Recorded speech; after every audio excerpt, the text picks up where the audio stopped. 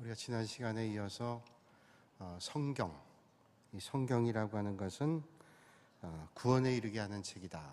하나님의 감동으로 된 책이다. 우리가 지난 시간에 말씀을 나눴어요. 그래서 이 성경이라고 하는 것은 하나님께서 우리에게 주시는 말씀이지만 이게 성령님의 감동으로 우리에게 전달된 겁니다. 기록부터 그 전달되는 모든 과정이 성령의 감동으로 된 것이고, 또 그 기록되어진 하나님의 말씀이 선포되어질 때 설교라 그러죠. 이 선포되어지는 말씀을 통해서 하나님의 역사가 또 일어납니다. 그래서 하나님의 말씀이 전달되는 것도 성령의 감동이고, 또 하나님의 말씀이 선포되어지는 과정에도 성령님의 감동을 통해서 우리가 주님을 만나게 되는 거죠. 지난 시간 떠올려 보면 성경이라고 하는 것은 믿음의 사람들의 이야기이기도 하고, 믿음의 사건을 이야기하기도 하고, 믿음의 역사의 원리들을 이야기한다. 지난 시간에 그런 말씀 드렸습니다. 그래서 이 성령의 역사를 우리가 경험하게 되면 하나님의 말씀을 잘 깨닫고 이해할 수 있어요. 이 성경은 하나님의 말씀이기 때문에 영적 감동이 없이는, 하나님이 주시는 은혜가 없으면 올바로 이해하거나 깨달을 수 없다는 겁니다. 그런 초점을 가지고 하나님의 말씀을 봐야 들리고 깨닫게 된다, 그런 말씀이에요. 여러분들은 이런 문자를 받아보신 적이 있는지 모르겠어요. 제가 몇 분이 보낸 문자를 제가 한번 읽어봐 드릴게요. 저한테 보낸 건 아닙니다. 자기들끼리 주고받은 거래요. 누가 누구한테 보냈는지 한번 잘 생각해 보세요. 밥은 먹을수록 살이 찌고, 돈은 쓸수록 아깝고, 나이는 먹을수록 슬프지만 넌 알수록 좋아져. 또, 내가 어제 한강에서 10원을 떨어뜨렸어. 그거 찾을 때까지 널 사랑해. 조금씩 감이 오나요? 또 두 개만 더 할게요. 햇살 가득한 날 투명한 유리병에 햇살을 가득 담아두고 싶습니다. 당신 마음이 흐린 날 드릴 수 있도록. 불났을 때는 119, 도둑이 왔을 때는 112, 심심할 때는 369, 슬프고 힘들 때는 010-3769-1234. 누구 전화번호인지 모르겠어요. 자, 오늘 이 문자를 여러분들이 혹시 이런 것을 줬든지 받았든지, 아마 그 주고받은 사람이 서로 사랑하는 관계라면 아마 감동일 거예요. 야, 한강에 10원짜리 떨어뜨렸는데 발견할 수 있을까요? 그거 찾을 때까지 널 사랑한다. 그러면 끝까지 사랑하겠다는 거예요. 감동이죠? 근데 사랑하지 않는 사람이 만약에 이 문자를 보냈더라면 어떻게 했을까요? 사랑하지 않는 사람, 좋아하지 않는 사람에게 보낼 수도 없지만, 만약에 그런 사람이 나에게 그건 보냈다면 아마 소름이 끼칠 거예요. 이야, 저 스토커, 저 어떡하냐. 그런 소름이 끼칠 거예요. 그러니까 이 문자라고 하는 것은, 우리가 문자를 카톡이나 또는 문자로 주고받을 때 이 문자를 통해서 우리 뭘 보는가 하면 문자 뒤에 것들을 느끼게 되죠. 그래서 여러분들이 문자를 주고받을 때 이모티콘을 사용하잖아요. 이모티콘. 그리고 부호들을 사용하는데 저는 그 부호들을 잘 사용할 줄도 모르고 어색해서 그런 부호들을 잘 보내질 못하거든요. 그랬더니 저희 아이 친구가 제가 보낸 문자를 보더니 니네 아빠 화났니? 그러더래요. 나는 그냥 잘 있지, 어떻게 지내? 그냥 그것만 보냈거든요. 그랬더니 그걸 보더니 니네 아버지 화났어? 그러더래요. 그러더라고요. 아빠, 그 웃음 표시든지 거기는 이모티콘 하나 보내주면 얼마나 좋겠나, 그런 의미 아니에요? 그래서 그 다음부터는 제가 어색하지만 그거 보내려고 애를 써요. 그게 참 쑥스럽고, 어떤 때는 그게 참 하기 어색한데, 저도 받으면 그냥 문자만 오는 것보단 그래도 물결 표시도 있고 이거 받으니까 기분 좋더라고요. 나도 좋은데 상대방도 좀 그렇게 하려고 하는데 아직도 우리는 익숙하지 않아서 그게 어색하단 말이죠. 자, 우리가 성령님의 역사를 체험하게 되면, 성령님이 나에게 감동을 주시면 하나님의 말씀, 그 하나님의 말씀, 기록되어진 하나님의 말씀의 문자만이 아니라 문자 뒤에 있는 하나님을 만날 수 있다는 거예요. 이 성경이 뭐예요? 활자로 되어 있잖아요. 근데 이 문자만이 아니라 이 문자 뒤에 있는 하나님을 우리는 성경을 통해서 만날 수 있다는 거죠. 하나님 만나면 주님의 마음을 이해합니다. 여러분, 성경을 통해서 이 하나님의 마음을 우리가 읽게 되죠. 성경을 통해서 예수님 우리가 어떻게 믿어야 될까? 믿음의 길을 어떻게 해야 될까? 성경을 통해서 날마다 말씀하시는 주님의 말씀을 우리는 보고 듣잖아요. 그 문자 뒤에 있는 하나님을 만나게 돼요. 그래서 어떻게 하면 하나님을 잘 믿고 하나님의 뜻대로 살아갈까? 그래서 그 말씀을 통해서 행동하는 거나 말하는 거나 이런 것들을 하나님의 마음을 읽고 우리는 살아가게 된다는 겁니다. 그래서 올바른 믿음 생활은 성경을 보고 하나님 말씀을 들으면서 하나님의 마음을, 하나님의 생각을 알아야 올바로 이해할 수 있어요. 커뮤니케이션을 공부하는 분들이, 연구하는 분들이 얘기하죠. 우리가 서로 대화를 하는데 그 대화가 상대방에게 몇 %나 전달이 될까?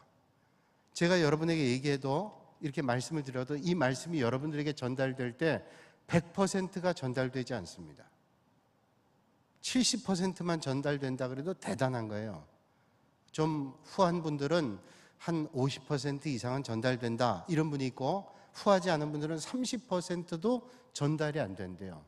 그러니까 이게 얼마나 전달이 힘들어요. 두 분이 얘기를 해도 이게 전달이 잘 안 될 때가 있어요. 그런데 영원하신 하나님께서 우리에게 주시는 말씀을 어떤 때는 이해하지 못하잖아요. 그래서 예수님께서 얼마나 답답했으면 귀 있는 자가 들어라 이렇게 말씀해요. 귀 있는 자가. 귀 있죠 여러분? 근데 귀 있는 자가 들어라는 말은 귀 없는 사람은 듣지 말고 귀 있는 사람만 들으라 이런 게 아니라, 그 문자의 의미는 그 열린 귀, 하나님의 말씀을 알아들을 수 있는 사람만이 들을 수 있다.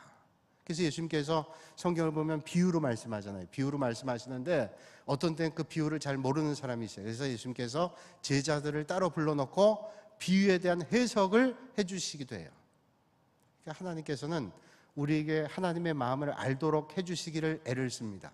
우리가 성경을 보고 어떤 때는 성경이 쉽게 이해되는 부분도 있지만 상당한 부분이 이해가 되기가 어려울 때가 있어요. 그래서 설교자들이 하나님의 말씀을 쉽게 또 여러 가지 배경을 통해서 여러분들에게 말씀해 주기도 하고, 어떻게 하면 잘 기억이 될까 예를 들어서 얘기해 주기도 하고, 그렇게 말씀하는 거죠.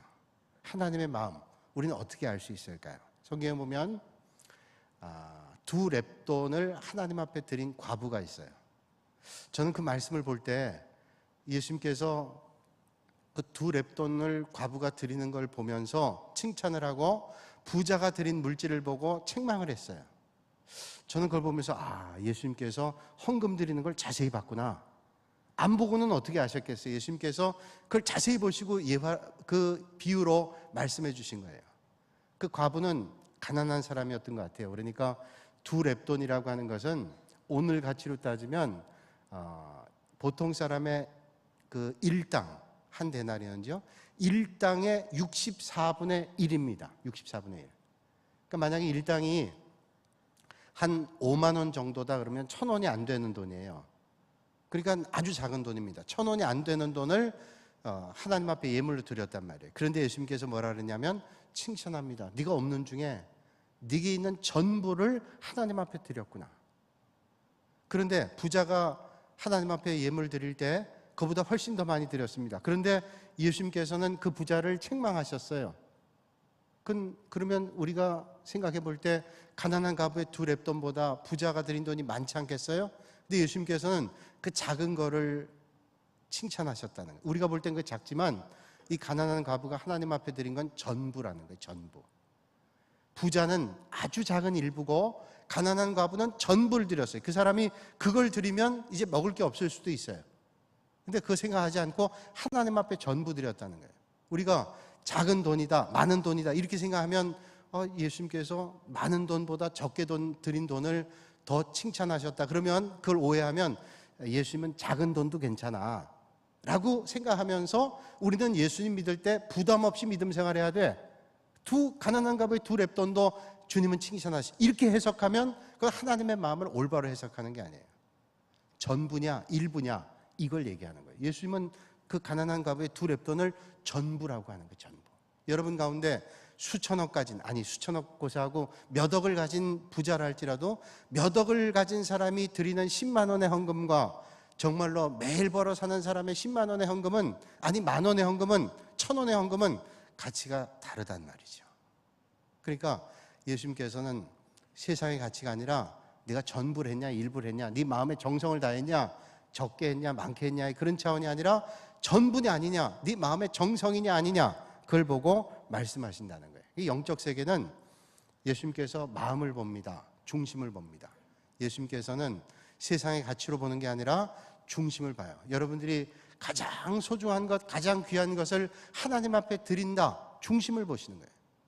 여러분들이 세상에 바쁜 일이 있지만 하나님의 나라를 위해서, 주님의 일을 위해서 먼저 하면 주님께서 칭찬하십니다. 아이고 너도 바쁘겠는데, 힘들겠는데, 얼마나 마음에 감동이 되시겠어요. 올 한 해 여러분들이 우리의 삶이 하나님 앞에 예배드리는 삶이 된다. 이건 뭐냐? 우리의 중심을 하나님 앞에 놓고 드리는 삶이에요. 그게 하나님 앞에 예배드리죠. 하나님 앞에 예배드리는 건 변두리를 드리는 게 아니라 중심을 하나님 앞에 드리는 겁니다. 이런 마음을 주님은 받는다는 거예요. 없는 사람이, 정말로 가난한 사람이, 그 가난한 가부는 아주 힘든 사람 아니에요? 근데 주님이 칭찬하셨어요. 그 사람이 못해도 아마 주님은 책망하지 않았을 거예요. 네가 예배당 나온 것만도 귀하지, 주님은 칭찬하셨을 거예요. 정말로 어려운 사람이 뭘 하나 한다, 너무 귀할 거예요. 우리가 봐도, 목회자들이 봐도, 교인들이 봐도 그건 너무너무 귀한 거거든요. 우리 교회에서 저한테 넥타이 선물을 제일 많이 한 분이 계세요. 근데 그분이 우리 교회에서 어렵다 그러면 손가락에, 하여튼 어려운 분이에요.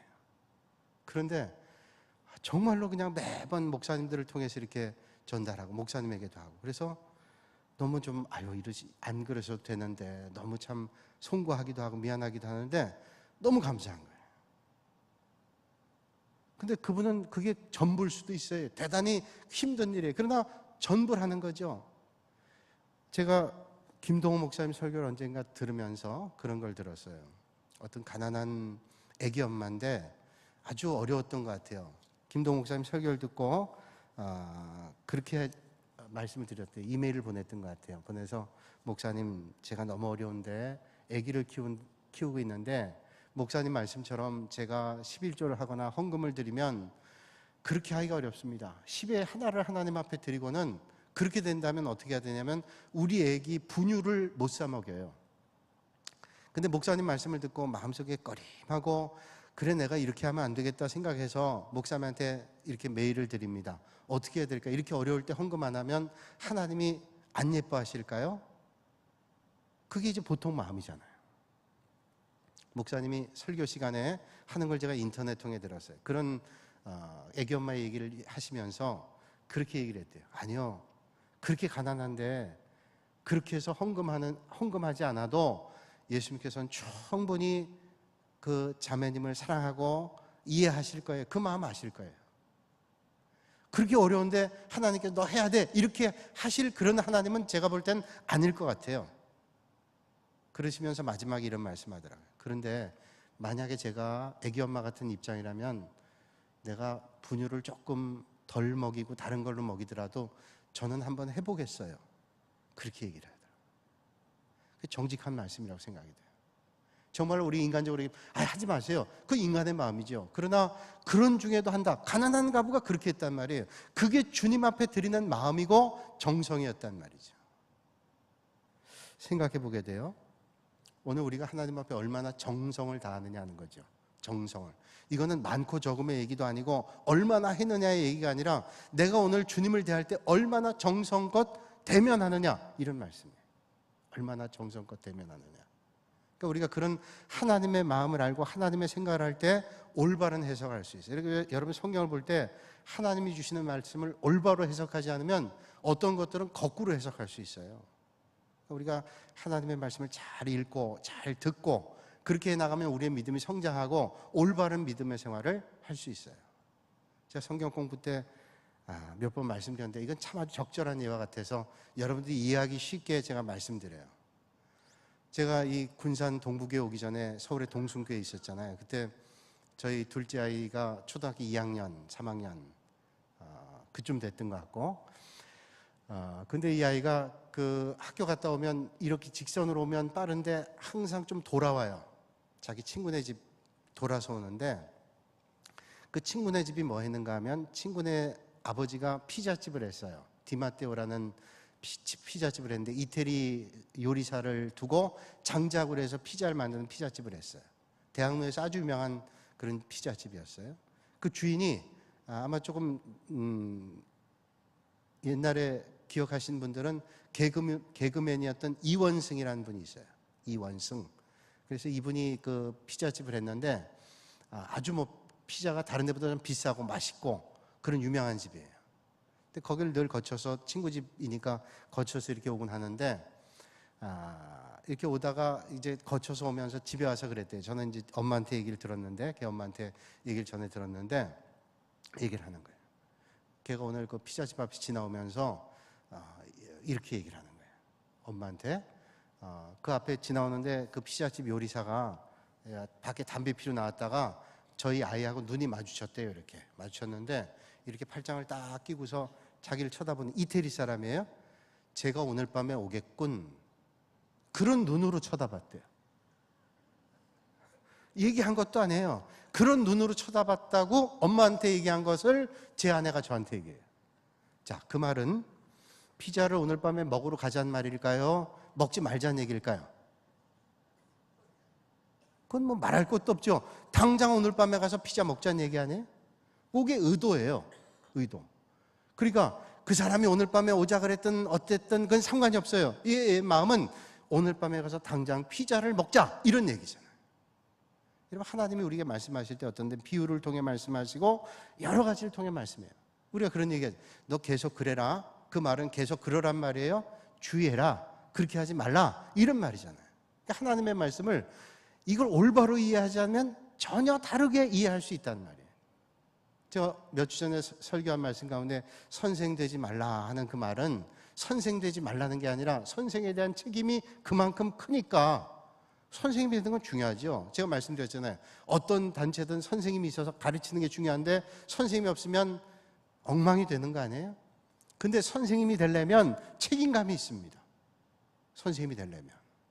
근데 선생님이 그런 책임감도 없이 해야 될 일도 하지 않고 아이들에게 얘기한다면 이건 안 된다는 거죠. 그러니까 선생님의 책임이 무겁다는 것을 가르치기 위해서 선생 되지 마라, 많이 선생 되지 말라, 이 말이에요. 그러니까 난 선생 되지 마라, 하나님께서 원하시지 않은 거, 그게 아니라 선생이 되려면 올바로 모든 사람이 믿음의 길을 걸어야 된다, 그런 말이죠.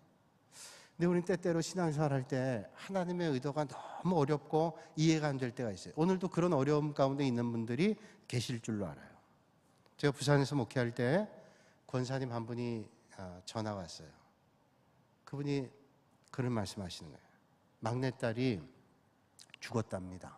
막내딸이 41살인데 남편 놓고 딸 둘이 있는데 초등학교 5학년, 중학교 2학년 딸아이를 놓고 교통사고로 세상 떠났대요. 그러면서 저는 이유를 몰랐어요. 아무도에게도 얘기 안 하시고 장례를 치르고 오신 거예요. 그리고 몇 달 뒤에 고민하다가 아무에게도 얘기 안 하고 있다가 저한테 전화하셔서 말씀하신 거예요. 그러면서 교통사고로 죽었는데 묻는 말씀이 이거예요. 왜 죽었을까요? 내 딸이 왜 죽었을까요? 묻는 거예요. 그러면서 교통사고 난 얘기를 하는 거예요. 그 따님이 서울의 온누리교회를 다녔는데 뭐 보통 열심히 다닌 게 아니래요. 수첩을 보면 수첩의 일정의 거의 100%가 교회 일정이에요. 부흥회, 뭐 새가족, 찬양대, 교사, 뭐 그냥 구역 쭉 일정이 거의 100% 가까운 게 교회 일정밖에 없는 거예요. 근데 교통사고 난 이유가 그 본인이 섬기시던 그 모임에 어려운 분들이 있는데 노인분들이 계시는데 그 노인분들 가정을 모시고 이제 다른 집사님이 운전하고 자기가 이제 모셔서 경비 제공을 하고 속초를 갔다 오신 거예요. 강원도를 갔다 오시는데 갔다 오는 길에 교통사고가 났는데 조수석에 이 집사님, 그 권사님 따님이 타고 있었던 거예요. 근데 사고가 났는데 조수석에 있던 딸만 죽고 나머지 사람들은 약간의 타박상만 입은 거예요. 그러니까 다 부딪혔는데 조수석이 부딪힌 모양이에요. 그 장례를 치르고 몇 달 동안은 너무너무 힘드셨던 것 같아요. 그러면서 이제 정신을 조금 차리면서 마음속에 의구심이 왜 죽었을까요? 왜? 뭐 엉터리 같이 믿음 생활한 것도 아니고 또 신앙 밖에 있었던 것도 아니고 열심히 그렇게 믿음 생활했는데 도대체 왜 죽었을까요? 그러면서 하신 말씀이 내가 죄를 많이 지어서 그런가요? 권사님은 하나님의 마음이 뭘까요? 이걸 묻는 거예요. 하나님 마음이 도대체 어디 있을까요? 그런 일들 가운데. 여러분 성경에 보면 그런 질문이 많아요. 하박국도 의인이 당하는 고난을 얘기하면서 왜 고난을 받고 있을까요? 라고 말했단 말이에요. 제가 그 말씀을 듣고 순간적으로 저도 질문이 됐어요. 하나님 그 왜 그러셨을까요? 저도 그래서 그렇게 대답했어요. 글쎄 하나님 왜 그러셨을까요? 그래서 마땅히 할 말이 없었지만 제가 그 질문을 들으면서 저도 한번 묵상해 본 거예요. 저도 모르겠지만 하나님의 뜻이 계셨겠죠.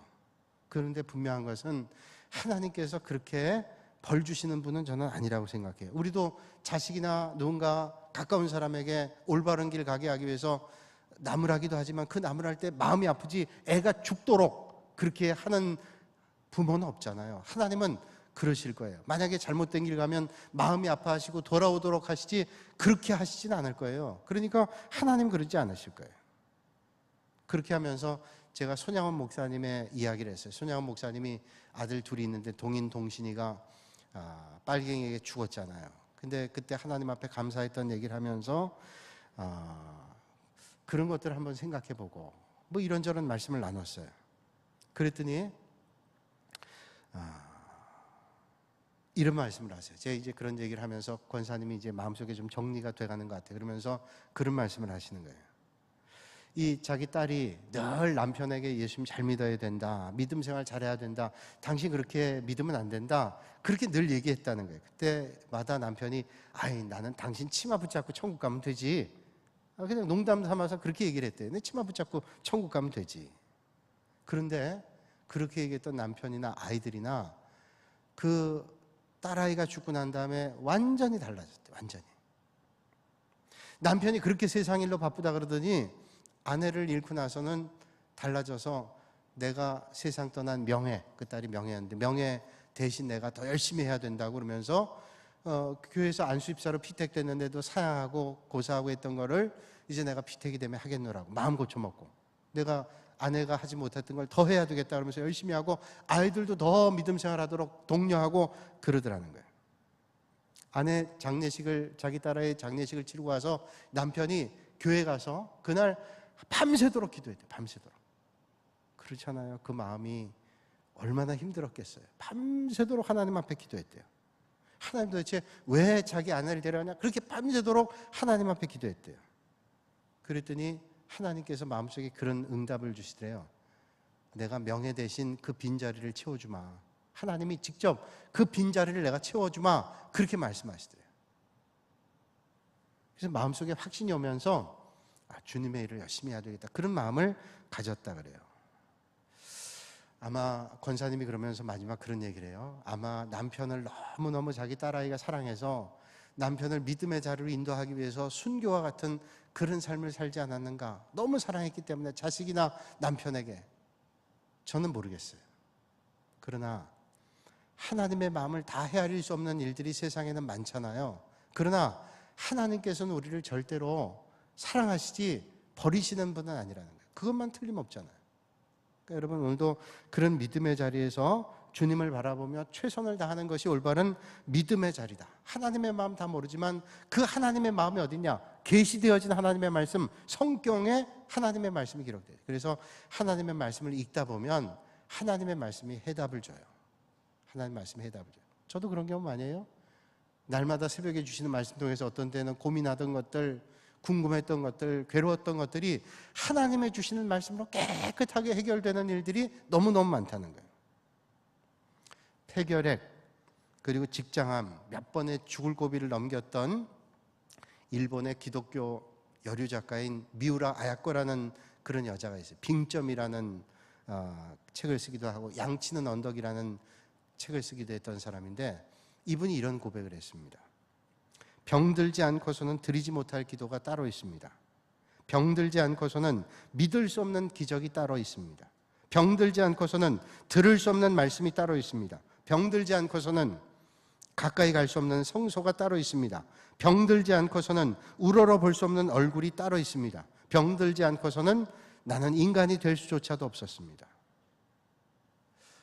그러니까 어떤 때는 이런 어려움을 통해서 깨닫게 되는 게 있죠. 제가 여러 번 말씀드리지만 낮에 볼 수 없는 걸 밤에 볼 수 있다 그러잖아요. 스펄전 목사님이 한 유명한 설교 가운데 밤에 볼 수 있는 것, 별.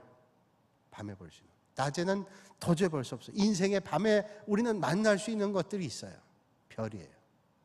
근데 그 빛나는 별은 꼭 밤에만 볼 수 있어요. 이게 하나님의 은혜라는 거죠. 바울이 병이 들었잖아요. 그게 안질이라는 사람도 있고 어떤 사람은 그게 무슨 머리에 두통이 있는 그런 병이라고 하기도 하고 뭐 간질이라고 얘기하기도 하고 많은 신학자들이 얘기하는데 거의 갈라디아 교인들이 바울을 보면서 안타까워가지고 우리의 눈이라도 내 눈이라도 뽑아주고 싶다는 그 말씀에 근거해서 바울이 다메섹 도상에서 눈을 멀고 난 다음에 회복이 되긴 했지만 그 안질로 평생을 고생했다. 왜 갈라디아 교인들이 눈을 빼주고 싶을 정도로 바울을 사랑했기 때문에 그래서 많은 분들이 바울이 안질이 있었다는 거예요. 하나님 앞에 그것 때문에 3번 기도했는데 내 은혜가 내게 족하도다. 그런 다음에 마음을 고쳐먹었다 그러죠. 이게 하나님의 은혜구나. 이게 나에게 고통이나 괴로움이 아니라 하나님이 주신 은혜구나. 그렇죠. 어떤 때는 요것만 없으면 좀 좋을 텐데 하는데 그것 때문에 우리가 주님을 만나는 은혜의 통로가 될 수 있고 그것 때문에 나로 하여금 겸손하게 하고 주님을 바라볼 수 있는 은혜가 될 수 있다는 거예요. 요것만 없으면 참 좋은데 근데 그게 우리로 하여금 주님을 만나게 하는 축복의 자리가 있어요. 그러니까 여러분 하나님께서는 못하실 일이 없는데 왜 우리가 고통당하는 걸 내버려 두겠어요? 바울이 그 고통당하면서 복음 전하는데 지금 뭐 죽이려는 사람도 있고 고통스러운 사람이 그렇게 많은데 예수님께서 왜 바울에게 그 고통까지 육신의 질병까지 주셨겠어요? 주님은 고치실 수 있는 분이에요. 왜 주님이 못하시겠어요? 전능하신 분인데 얼마든지 할 수 있는데 안 하시는 거는 그건 못하시는 게 아니라 안 하시는 거죠. 우리를 위해서, 바울을 위해서, 하나님의 역사를 위해서라고 믿는다면 그게 한편으로 생각해 보면 은혜일 수가 있겠구나. 그래서 그게 올바른 해석이에요. 주님의 마음을 알아가는 거. 이게 나에게 하나님 은혜를 주시는 그게 과정이구나. 제 예전에 섬길 때 당뇨병 중풍으로 이게 겹쳐가지고 오른쪽 손발, 그 다음에 오른쪽 눈, 의안을 넣고 그렇게 살아가는 불편한 장로님 계셨어요. 그래서 오른쪽 손발과 오른쪽 눈 이게 장애가 있으니 얼마나 힘드시겠어요. 근데 뭐 예배마다 열심히 나오시고 아주 모범적인 장로님이셨어요. 그래서 한번 사석에서 이렇게 여쭤봤어요. 장로님 참 불편하시겠어요. 근데 불편하시네 이렇게 예배 생활 열심히 하시는 거 보면 참 저희들이 은혜를 많이 받는다고 우리 교육자들이. 그랬더니 장로님 말씀하시기를 불편하긴요. 오히려 감사하대요. 그래요? 그게 상투적인 얘기로 들리지가 않는 거예요. 그래서 아니 뭐가 그렇게 감사하세요? 웃으면서 얘기를 했더니 이렇게 말씀하세요. 발 하나 못 써서 죄 지으러 다니지 않아서 감사하고 손 하나밖에 없으니까 술 담배 하지 않아서 감사하고 눈이 하나뿐이니까 세상 보지 않고 하나님만 볼 수 있어 감사하다. 저는 그 말씀이 너무 은혜가 됐어요. 그래. 내가 모든 것이 여유롭고 넉넉해서 허튼 길 가는 것보다 힘겹고 어려워서 주님만 바라보는 게 그게 어떤 때는 은혜일 수도 있겠구나. 온몸이 건강해서 그냥 못된 일 하고 다니고 그런 것보다 하나님께서 이런 고난을 주면서 더 주님을 의지할 수 있다면 그게 영적으로 더 큰 축복이잖아요. 그러나 굳이 그럴 필요는 없지만 그러니까 건강하고 모든 일이 잘 될 때 주님을 더 의지하면 얼마나 큰 축복이겠어요. 근데 그때 깨닫지 못하는 것을 육신의 연약함 가운데 깨달을 수 있는 은혜가 있다는 거예요. 당신의 날개로 나르리라 하는 그런 책을 쓴 인도의 마리 버기스라는 사람이 있어요. 이 사람이 교통사고로 2다리를 잃었습니다. 처녀의 몸으로 2다리를 잃었어요. 얼마나 고통스럽겠어요. 이런 장애를 가지고도 열심히 공부해가지고 의사가 됐어요. 우리나라 같으면 어려워요. 장애 가지고 이렇게 하기 어려운데 인도에서 하여튼 그렇게 됐어요. 얼마나 노력을 했겠어요. 근데 이 사람이 자기보다 더 못하다는 사람이 나병 환자라고 생각해요. 나병 환자들을 고쳐주기 위해서 의사가 된 거예요. 그래서 의사가 됐어요. 그분이 책을 썼는데 그 책이 당신의 날개로 나르리라예요. 그 제목이 바로 그 사람의 메시지가 있는 거예요. 당신의 날개로 나르리라. 나는 2다리를 하나님 앞에 원했습니다. 그럼 더 잘할 것 같아서. 그런데 하나님은 내 2다리를 앗아갔습니다. 그리고 뭘 주셨냐면 두 날개를 주셨대요. 다리를 잃어버린 줄 알았는데 하나님께서 내게 날개를 주셨대요. 날개를. 여러분, 오늘 우리에게 두 다리가 없다면 하나님의 우리에게 주신 날개를 발견하실 수 있기를 주님의 이름으로 축복합니다. 주님의 마음을 알아야 우리가 하나님의 말씀을 올바로 이해하고 해석하며 믿음의 길을 걸어갈 수 있다는 거예요. 그래서 성경을 우리가 하나님의 마음으로 읽는 게 참 중요합니다. 하나님의 마음을 알고 읽을 때 초점이 맞아요. 성경에 우리가 성경을 영감받은 사람들이, 성령에 감동받은 사람들이 썼다 그랬잖아요.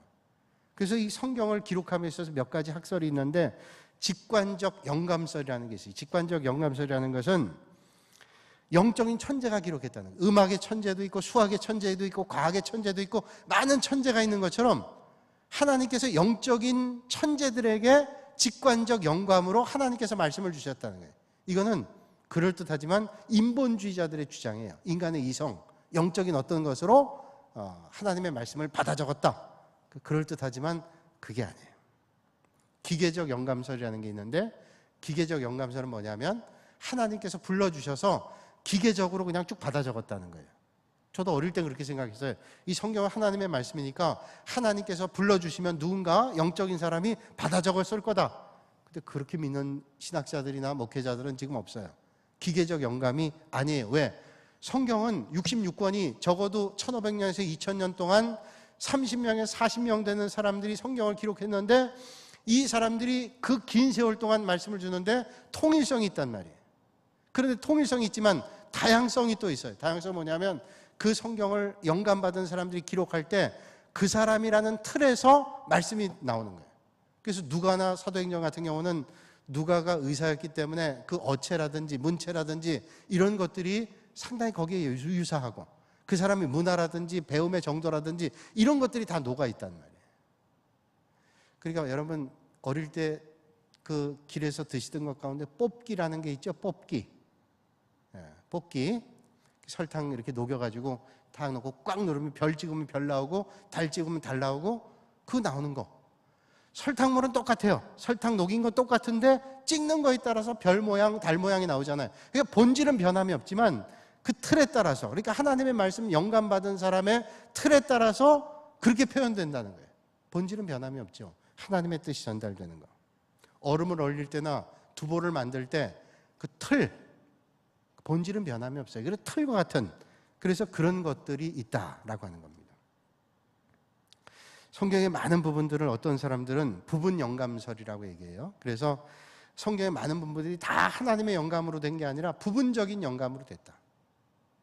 출애굽 사건 같은 걸 얘기하면서, 출애굽 사건이 이스라엘 백성들이 하나님의 인도로 그 모세가 바다를 갈라서 갔다, 홍해 바다를 갈라서 갔다 그러는데, 사실은 그게 홍해 바다가 아니라 갈대밭인데 마치 멀리서 볼 때는 그게 바닷물인 줄 알고 갔다, 홍해 바다인 줄 알지만 그게 아니었다. 갈대 위를 올라갔는데 그게 잘 안 보여서 그랬다라고 얘기를 하면서, 그럼 뒤에서 쫓아왔던 애굽 병사들은 왜 물에 빠져 죽었냐? 똑같은 길을. 그때는 그 사람들이 쫓아오다가 길을 잘못 들어서 빠져 죽었다. 이야, 이게 참 안 믿으려고 애를 쓰니 얼마나 힘들어요? 안 믿으려고. 그러니까 이게 잘못된 거죠. 예수님의 부활 사건에 대해서도 부분적 영감설을 주장하는 사람들은 예수님께서 십자가에 달려 돌아가신 게 아니라 십자가에 달려가서 피가 쏟아지면서 기절을 했는데, 기절한 걸 죽은 줄 알고 사람들이 돌무덤에 놨는데 돌무덤에서 시원하니까 정신이 차려져서 그 문을 열고 나왔다. 이게 부분적 영감설을 주장하는 사람들이 얘기하는 거예요. 성경은 부분적 영감이 아닙니다. 완전한 성령님의 감동으로, 영감으로 기록된 거예요. 그러니까 우리가 성경을 볼 때 이런 올바른 시각이 없으면 많은 이단들이 그런 데 자리 잡는 거예요. 그래서 초기교회 공동체도 노스티시즘이라고 하는 영지주의자들이 예수님의 가현설을 주장해서 십자가에 달려 돌아가신 분이 하나님이신데 어떻게 그분이 십자가에 달려 죽으시냐, 우리의 눈에만 가짜로 보인 거다, 이렇게 주장했던 영지주의자들이 오랜 세월 동안 현혹을 했다는 거예요. 오늘도 마찬가지예요. 오늘도 많은 사람들이 요한계시록이라든지 아니면 예수님의 재림에 대한 것들을 자구적으로 해석을 해가지고 믿음의 성도들을 현혹해요. 그러니까 우리가 하나님의 말씀을 잘 읽고 이해하고 듣지 않으면 오늘 이 시대에 흔들리는 믿음의 길을 걸 수 있다는 거죠. 하나님의 말씀은 오류 없이 성경의 영감을 받은 사람들을 통해서 하나님께서 오늘도 말씀해 주시는 거예요.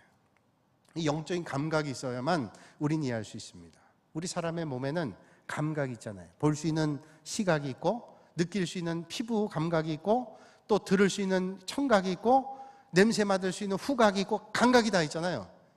그리고 동물이 아무리 예민해도, 예전에 어떤 책을 보니까요, 예전에 잠수함이 내려갈 때 얼마나 내려왔는지 수심을 몰라가지고 토끼를 넣었대요. 토끼를 넣으면 토끼가 예민한 반응을 해서 토끼에게 이상이 오면 더 이상 안 내려간답니다. 그러니까 동물에게는 어떤 사람보다 뛰어난 감각이 있기도 하지만 동물에게 없는 인간에 있는 감각이 있어요. 그걸 뭐라 하냐? 육감. 근데 육감을 뛰어넘는 사람이 있는데 영적인 감각이, 성령의 감동이 있는 사람에게는 영적 감동이 있어요. 이거는 동물은 가질 수 없잖아요. 오직 하나님과 소통하는 영적인 그 감동이 있는 사람만 주님이 소통이 되는 거 아니에요? 그러니까 이 성령의 감동을 통해서 우리에게 말씀해 주셨기 때문에 이 하나님의 말씀을 이 성령이 감동받은 사람들을 통해서 오늘도 전달되는 거예요. 베드로서 1장 21절에 성경은 언제든지 사람의 뜻으로 낸 것이 아니요 오직 성령의 감동하심을 입은 사람들이 하나님께 받아 말한 것이다. 그러니까 여러분 성경을 읽을 때, 하나님의 말씀을 들을 때 그냥 들으면 안 들리고 그냥 보면 안 보여요. 하나님 앞에 기도하면서 오늘 말씀이 나에게 들려질 수 있도록, 오늘 보여지는 말씀이 하나님 저에게 깨달음을 줄 수 있도록 기도하면서 하나님의 말씀에 귀를 기울이면서 듣는 사람과 그렇지 않는 사람과는 말씀의 적용이라든지 받아들이는 게 엄청나게 달라요. 제가 새벽에 묵상하는 걸 말씀 나누잖아요. 묵상을 하면 할수록 얼마나 그 본문 말씀에서 다양한 말씀을 저에게 주는지 몰라요. 안 보이는 게 보이는 거예요. 그러니까 하나님 앞에 기도하면서 하나님의 말씀을 들으시고, 하나님 앞에 기도하면서 하나님 오늘 나에게 보여지게 하시고 들려지게 하십시오. 그러면 하나님께서 은혜를 주시는 줄로 믿습니다. 지난 주일 저녁에 우리 모임이 있어가지고 집에 가서 옷만 갈아입고, 시간이 잠깐이라 옷만 갈아입고 나왔어요. 나왔다 이제 저녁 때 저희 둘째가 얘기하는 거예요. 아빠, 그 거실에 내가 갖다 놓은 그 운동하는 자전거 봤어요? 그래요. 그래서 아니 못 봤는데, 집에 들어갔다 나왔다면서요. 아니 못 봤어. 어디다 놨는데 거실에 놨대요. 분명히 들어오면서 봤거든요. 근데 그 자전거는 못 봤어요. 자기 그 자취방이 작아서 운동하려고 놨는데 그거를 다시 갖고 와서 조립을 해놨다는 거예요. 그런데 아니 그걸 못 봤냐고. 그래서 제 아내한테 물어봤더니 제 아내도 못 봤대요. 그걸 어디다 놨어? 거실 가운데 놨대요. 그거를 왜 못 봤냐고. 그래서 나 거실도 봤는데 그거 하나도 못 봤는데, 그래서 집에 갔어요. 다 끝나고 집에 갔는데 거실에 떡이 있는 거예요. 야, 난 내가 들어가서 거실 봤는데 왜 안 보였을까? 그게 그렇게 자리를 차지하고 있는데도 안 보이더라니까요. 제가 생각했어요. 이게 시각이 그렇지 못하면 안 보이고, 이게 보려는 사람이 보는 것과 아무 생각 없이 보는 것과는 다르고, 안 보려고 하는 것과 또 달라요. 그러니까 여러분, 이게 우리가 성령의 감동이 없이는, 성령의 감동이 되어져 있는 책을, 우리가 하나님의 말씀을 올바로 이해할 수 없어요. 오늘도 여러분, 하나님의 말씀이 우리의 삶을 인도하심을 깨닫고 하나님의 말씀 따라서 우리의 삶에 표준되는 주님의 말씀을 잘 듣고 따르시는 여러분들이 되시기를 주님의 이름으로 축복합니다. 디모데후서에 있는 말씀이, 하나님의 말씀이 우리를 그렇게 인도하신다고 말씀하고 있어요. 미국의 사우스 다코타 주에 있는 러시모어라고 하는 곳에는 큰 바위에, 아마 여러분들이 많이 알고 계실 거예요, 4명의 대통령 그 얼굴이 거기 조각돼 있어요. 그 대통령들, 초대 대통령인 조지 워싱턴, 그리고 3대 대통령 토마스 제퍼슨, 그리고 16대 대통령 에이브람 링컨, 32대 대통령 프랭클린 루즈벨트, 미국 사람들이 존경하는 4사람 대통령, 거기 얼굴이 쫙 있는 거예요. 근데 그 4사람 대통령이 공통점이 뭐냐면 다 성경을 사랑하고 하나님을 사랑하는 사람들이에요. 믿음의 사람들이에요. 믿음의 사람들. 그래서 에이브람 링컨 대통령 같은 경우는 백악관이 기도실이 됐다 할 정도로 그런 책도 있잖아요. 그렇게 기도의 사람이었죠. 남북 전쟁할 때 하나님 앞에 그렇게 기도했던 대통령 링컨 대통령. 미국의 처음 대통령 조지 워싱턴 같은 경우는 대통령이 미국의 대통령 되면 항상 성경에 손을 얹고 기도하고 선서하잖아요. 하나님의 말씀이 아니고는 나라를 다스릴 수 없다. 그래서 워싱턴 대통령이 손을 얹고 기도해서 그게 전통이 됐잖아요. 그런 대통령들, 여러분, 오늘도 우리가 하나님의 뜻을 알고 하나님의 뜻대로 살기 위해서 하나님 말씀을 잘 읽어야 돼요. 그러기 위해서 하나님의 말씀을 가까이 하실 수 있는 여러분들이 되시기를 주님의 이름으로 축복합니다. 어떤 분이 그래요? 우리 교회 이렇게 좋은 스크린 예전부터 이제 했을 때 왜 찬송을 안 쏴줘요? 라고 얘기를 해요. 찬송을. 그래서 제가 그런 말씀 드렸어요. 우리가 찬송을 의도적으로 안 쏴요. 몇 장 이렇게만 하지. 만약에 여기 찬송 성경을 다 쏴주면 이 성경책 가지고 다닐 이유가 없어요. 저도 보니까 다른 교회 갔을 때 이게 없어도 쏴주면 너무 편하더라고요. 근데 편하기 시작하면 안 가지고 다녀요. 그러면 집에서 읽지도 않고 가지고 다니지도 않으면 성경을 이제는 없이도 교회를 다닐 수 있어요. 그래서 저는 우리 당회에서 그때 의논해가지고 여기는 찬송만 제목만 넣고 쏴주지는 말자. 가지고 다니면서 읽도록. 그러니까 여러분 이 성경을 가지고 다니면서 그 비싼 성경 가지고 다니지도 않고 집에 모셔두려면 무슨 성경이 필요해요? 하나님의 말씀은 날마다 읽고 하나님의 뜻대로 가야 돼요. 칼빈은 말하기를 성경이 가는 곳까지 가고 성경이 서는 곳까지 서라고. 지나치지 말아요. 항상 표준화 하나님의 말씀입니다. 오늘 이 밤에 저와 여러분들이 하나님의 말씀 따라 주님의 뜻 안에서는 그런 믿음의 길을 걸으시기를 주님의 이름으로 축복합니다. 이 시간